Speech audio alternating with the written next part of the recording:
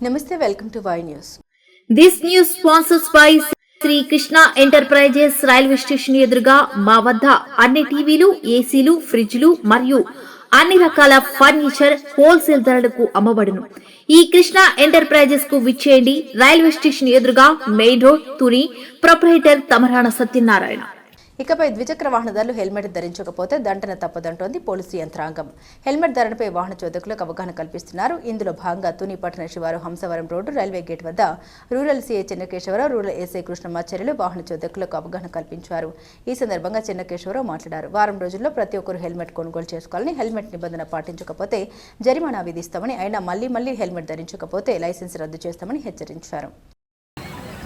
Road భద్రతా వారోత్సవాల్లో భాగంగాను, అదేవిధంగా ఈ హెల్మెట్ అవేర్నెస్ ప్రోగ్రామ్స్లో భాగంగా అందరూ కంపల్సరీగా హెల్మెట్స్ ధరించాలి అనేది ప్రభుత్వ యొక్క లక్ష్యం. ఎవరు కూడా రోడ్ల మీద హెల్మెట్ లేకపోవడం జరిగిన యాక్సిడెంట్లో ప్రాణాలు కోల్పోకూడదు అన్నది ముఖ్య ఉద్దేశం. కాబట్టి ప్రతి ఒక్కరూ ఎవరైతే టూ వీలర్స్ డ్రైవ్ చేస్తున్నారో, అదేవిధంగా ప్రధాన రైడర్ ఎవరైతే వెనక కూర్చున్నారో వాళ్ళు కూడా కంపల్సరీగా ఇక ముందు ఏ రోడ్డు మీద స్టేట్ హైవేస్ కానీ, నేషనల్ హైవేస్ కానీ, ఏ రోడ్డు మీద అయినా కానీ ప్రయాణం చేసేటప్పుడు మాత్రం కంపల్సరీగా హెల్మెట్ ధరించాలి. హెల్మెట్ ముందు అవేర్నెస్ ప్రోగ్రామ్ కండక్ట్ చేస్తాం ఒక వారం 10 రోజులు. ఆ తర్వాత ఎవరైనా హెల్మెట్ లేకుండా కానీ రోడ్డు మీద కానీ కనిపిస్తే ఇక ముందు హెవీ ఫైన్స్ ఇంపోజ్ చేస్తాం. వితౌట్ హెల్మెట్ 1035 రూపాయలు ఉంది. అది ఒకసారి చూస్తాం, లేకపోతే రెండోసారి ఇంకా డబ్బులు వేస్తాం, మూడోసారి వెహికల్స్ ఇచ్చేస్తాం. కాబట్టి దయచేసి అందరూ కూడా గమనించి మీ యొక్క అమూల్యమైన ప్రాణాలు కాపాడుకునే ఉద్దేశంతో ఇది ఒక సర్వీస్ మోటివ్తోనే తప్ప బలవంతం కాదు. కానీ కంపల్సరీగా చేయాలి. ఇది మేము పోలీసులు ఇనిషియేట్ చేస్తున్నామని పెట్టుకోవడం కాదు.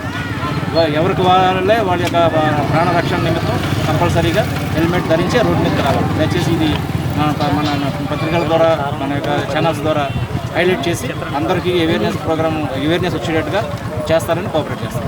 Thank you. లేదా ఒక 6 నెలలకు మీ స్నేహితులు, మీ బంధువులు ఎవరో ఒకరు చనిపోయాడు అనుకుంటాడు. ఆ 2 రోజులు జాగ్రత్తగా ఉంటారు. దాని తర్వాత మళ్ళీ మామూలే. మేము తెల్లారి హైవే మీద చూసేది ఇదే రక్తపాతమే. నిన్న అన్నవరం లిమిట్స్లో మండపం సెంటర్ దగ్గర జరిగింది. హెల్మెట్ పెట్టుకుంటున్నాడు. హెల్మెట్ క్రమంలో కళ్ళు కనబడగా ఉద్దేశం చనిపోయాడు. ఆ స్పాట్ అనమాట.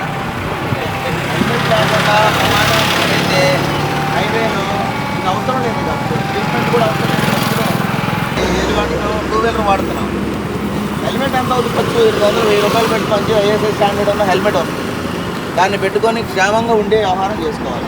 ఇంకోటి చాలా వస్తాయి.